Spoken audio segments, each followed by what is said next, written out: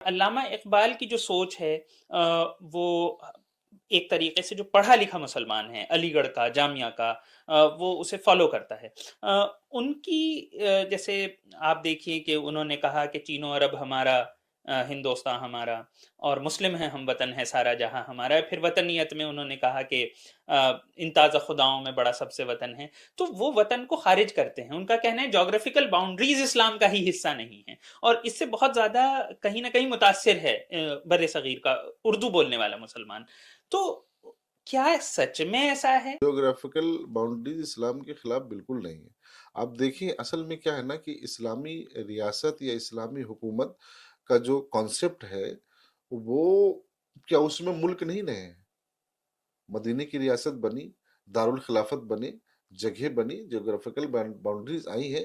اصل وہ ہے کہ انصاف باؤنڈری میں نہیں ہے، جو اصل ہے انصاف باؤنڈری میں نہیں ہے، محبت باؤنڈری میں نہیں ہے، جذبات باؤنڈری میں نہیں ہے۔